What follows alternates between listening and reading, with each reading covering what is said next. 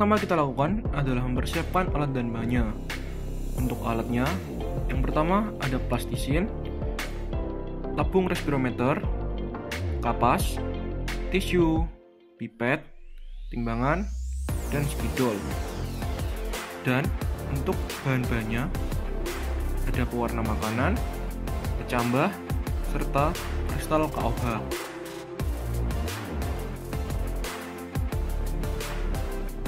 Dalam pelaksanaan praktikumnya, pertama, kita menimbang terlebih dahulu kecambahnya seberat 105 gram untuk percobaan pertama.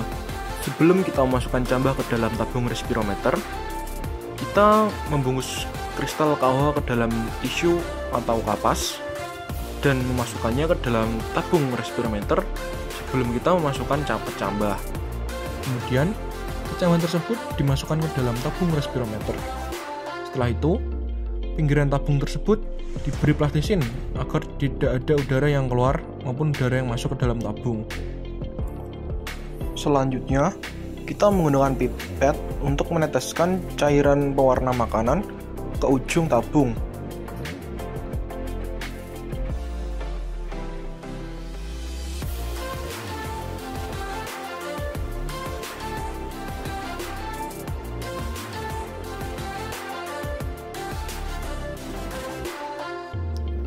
Selanjutnya, kita pun mengamati cairan pewarna makanan merah tersebut.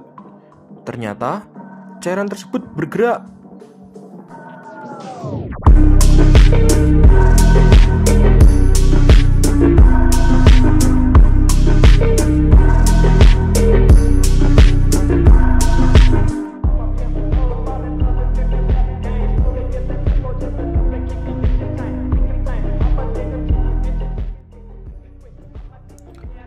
Berikut adalah catatan waktu yang kita amati.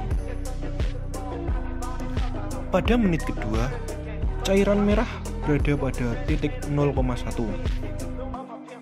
Kemudian, pada menit keempat lebih 50 detik, cairan berada pada titik 0,2. Lalu, pada menit ke-6 lebih 52 detik, cairan berada pada titik 0,3. Pada 8 menit lebih 22 detik, cairan menunjukkan 0,3 lebih sedikit. Dan pada menit ke-10, cairan akhirnya menyentuh titik 0,4. Karena praktikum pertama sudah selesai dan telah memenuhi target, kita kemudian melaksanakan praktikum kedua dengan cara yang sama persis. Namun, perbedaannya kali ini ada pada berat kecambah.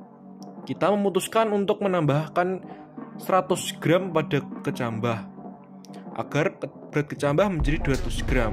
Nah, kita lihat saja nanti apa perbedaannya antara kecambah dengan berat 200 gram dengan kecambah dengan berat 100 gram pada praktikum awal tadi.